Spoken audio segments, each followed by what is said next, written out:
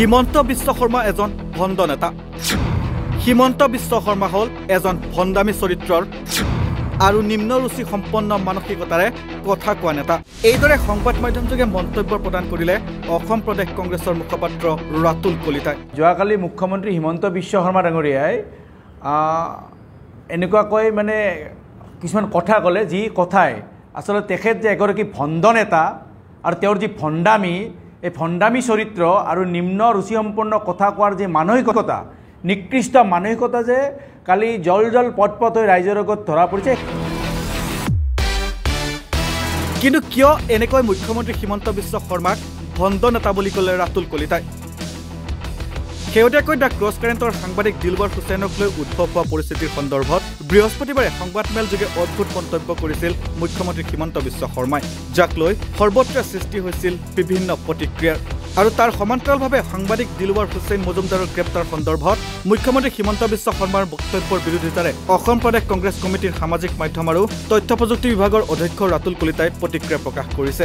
যোৱাকালি মুখ্যমন্ত্ৰী হিমন্ত বিশ্ব শৰ্মা ডাঙৰীয়াই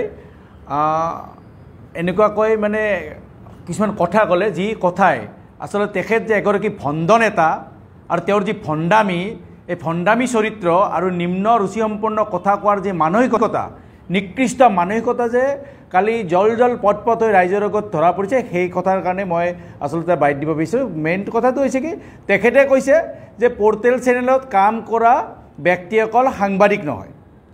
মই যিমান দূৰ জানো বা আপোনালোকে ভালকৈ জানিব যে গুৱাহাটী প্ৰেছ ক্লাবত মানে প্ৰেছ ক্লাবৰ লগত জড়িত এনেকুৱা বহু সাংবাদিক আছে, যি সাংবাদিকে পৰ্টেলত কাম কৰে।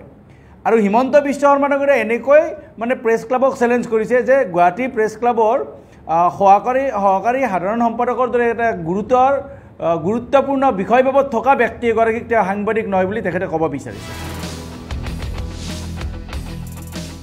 হিমন্ত বিশ্ব শৰ্মাৰ মন্তব্য আছিল, পৰ্টেল চেনেলত কাম কৰা ব্যক্তিসকল সাংবাদিক নহয়। আৰু পৰ্টেলত কাম কৰা লোকসকলকতো আমি সাংবাদিক বুলি এতিয়ালৈকে আমি সিদ্ধান্ত লোৱাই নাই। তাৰ পিছতে ৰাজ্যৰ বিভিন্নজনে মুখ্যমন্ত্ৰীৰ মন্তব্যৰ বিৰোধিতা কৰাৰ সমান্তৰালভাৱে ৰাতুল কলিতাই হিমন্ত বিশ্ব শৰ্মাৰ মন্তব্যক উভতি ধৰি কয়, সাংবাদিকতা কোনে কৰিব বা সাংবাদিক কোন হ'ব, সেই কথা ঠিক কৰিবলৈ হিমন্ত বিশ্ব শৰ্মা কোন?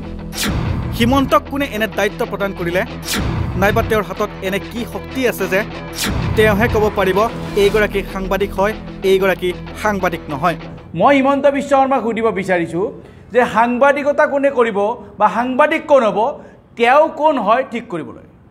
তেওঁক কোনোবা এনেকুৱা দায়িত্ব দি থৈ দিছে নেকি? তেওঁৰ হাতত কেনেকুৱা কিবা পাৱাৰ আছে নেকি যে তেওঁ ক'ব যে এইগৰাকী সাংবাদিক হয়, এইগৰাকী সাংবাদিক নহয়? সেই কথা হিমন্ত বিশ্ব শৰ্মাই স্পষ্ট কৰিব লাগিব। কাৰণ দিন দুপৰতে যিখিনি সাংবাদিকে মানে নিজৰ কপালৰ ঘাম মাটিত পেলাই ৰ'দ বৰষুণ নেওচি আমি নিজে চকুৰে দেখিছোঁ যে গুৱাহাটী বানপানী হিমন্ত বিশ্ব শৰ্মাই উৰা জাহাজত উৰি থাকে, কিন্তু এই সাংবাদিকসকলে কিন্তু পানীত নামি ভিডিঅ' কৰি ৰাইজক মানে দেখায়, ৰাইজৰ এই পৰিৱেশ দেখাবৰ কাৰণে তেখেতসকলে কুণ্ঠাবোধ নকৰে। গুলী বোমা কিমান ক্ষেত্ৰত তেওঁলোকৰ মানে কন্দুৱা গেছৰ আঘাতপ্ৰাপ্ত হয় সাংবাদিকসকল। এনেকুৱা ক্ষেত্ৰত তেখেতে সাংবাদিকক এনেকৈ অপমান কৰাৰ ক'ত অধিকাৰ পালে, মই হিমন্ত বিশ্ব শৰ্মাক স্পষ্ট কৰিব বিচাৰিছোঁ। কেৱল সিমানতে মন নভৰিল হিমন্ত বিশ্ব শৰ্মাৰ।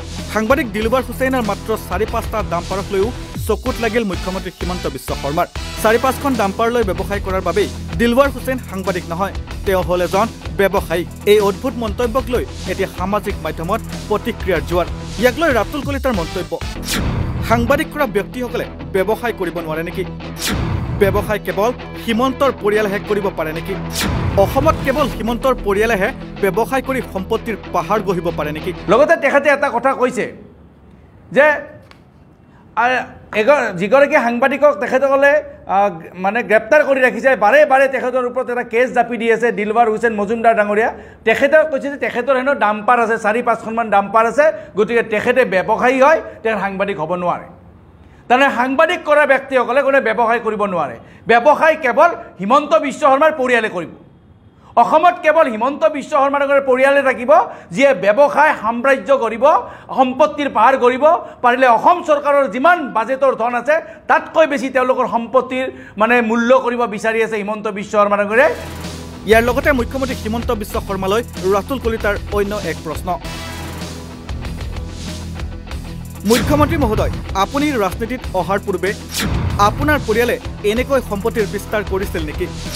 4-5টাকৈ টিভি চেনেলৰ লগতে বিদ্যালয়ৰ ব্যৱসায় এইবোৰ আপুনি মুখ্যমন্ত্ৰী হোৱাৰ পিছত নে মুখ্যমন্ত্ৰী হোৱাৰ আগত বহিছিল? হিমন্ত বিশ্ব শৰ্মা ডাঙৰীয়া, এইখন যে লিষ্ট, এই যে লিষ্ট পৰিয়ালৰ নামত আছে, আপোনালোকৰ নামত যে নিউজ লাইভ আছে, টাইম 8 আছে, নৰ্থ ইষ্ট লাইভ আছে, নিয়মীয়া বাৰ্তা, ৰামধেনু চেনেল, ৰং চেনেল, এইবিলাক যে আপোনালোকে ক্ৰয় কৰিছে, আইনা আলোচনী, বন্দা ইণ্টাৰনেশ্যনেল স্কুল, কাঞ্চনজুৰি চাহ বাগিচা, বাণী গ্ৰীণ ৰিজৰ্ট, জুৰোডৰ কোটি টকীয়া মাটি, এইফালে আৰু বহু এনেকুৱা চাহ বাগিচা আছে যিবিলাক চাহ বাগিচা নিজৰ পৰিয়ালৰ নামত ক্ৰয় কৰিছে। এই যে গুৱাহাটীৰ ওচৰৰ বঙৰাৰ 29 বিঘা মাটি, কলিয়াবৰত তেওঁলোকৰ প্ৰাইডিছ এণ্টাৰটেইনমেণ্ট প্ৰাইভেট লিমিটেডৰ নামত যে 106 বিঘা মাটি, এই যে মাজুলীত যে তেওঁলোকে 28 বিঘা মাটি যে মানে জনজাতীয় মাটি যে তেওঁলোকৰ নিজৰ নামত কৰিছিল, এইবিলাকৰ উৎস কি আছিল? কি ব্যৱসায় কৰিছিলে হিমন্ত বিশ্ব শৰ্মা ডাঙৰীয়াই নিৰ্বাচনৰ তেওঁ মানে ৰাজনীতিত অহাৰ আগতে? মই পুনৰবাৰ সুধিছোঁ হিমন্ত বিশ্ব শৰ্মা ডাঙৰীয়াক যে আপোনাৰ পৰিয়ালৰ যে এনেকুৱা যে সম্পত্তিৰ পাহাৰ হৈছে, আপোনাৰ যে ঘৰত যে এনেকুৱা সম্পত্তিৰ পাহাৰ কৰিছে, আপোনাৰ হৈ বৈ থকা যে দুগৰাকীমান মন্ত্ৰী বিধায়কে বিলাসী গাড়ীত ঘূৰি আছিলে, মানে 23 লাখ টকীয়া যে ঘড়ী পিন্ধাও বিধায়ক আছে আপোনালোকৰ ওচৰত, যে মানে লাখ টকীয়া চাৰ্ট পিন্ধি ঘূৰা যে আপোনালোকৰ মন্ত্ৰী আছে, এইসকলে ৰাজনীতিত অহাৰ আগতে তেওঁলোকে এইবিলাক কৰিছিল, সম্পত্তিৰ পাহাৰ গঢ়িছিল নে ৰাজনীতিত অহাৰ পিছত সম্পত্তিৰ পাহাৰ গঢ়িছিল? সেই কথা হিমন্ত বিশ্ব শৰ্মাকে স্পষ্ট কৰিব লাগে।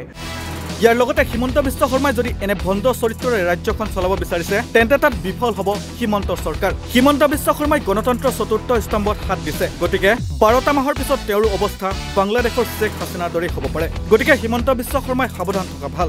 এনেকুৱা ভণ্ড চৰিত্ৰৰে, এনেকুৱা ভণ্ডামিৰে আপুনি যদি ৰাজ্যখন চলাব বিচাৰিছে, নোৱাৰে। আপুনি এতিয়া গণতন্ত্ৰৰ চতুৰ্থ স্তম্ভত হাত দিছে, চাই থাকক হিমন্ত বিশ্ব শৰ্মা ডাঙৰীয়া। 12টা মাহৰ পিছত আপোনাৰো অৱস্থা হয়তো বাংলাদেশৰ যে শ্বেখ হাছিনা আছিল তেনেকুৱা অৱস্থা হ'ব পাৰে। আপুনিও সাৱধান থকা ভাল। এইদৰে ৰাতুল কলিতাই সংবাদ মেলযোগে সাংবাদিক দিলৱাৰ হুছেইনৰ ন্যায়ৰ দাবীৰ লগতে ভালকৈ এজাউৰি দিলে মুখ্যমন্ত্ৰী হিমন্ত বিশ্ব শৰ্মাক। News desk report, north east নাও।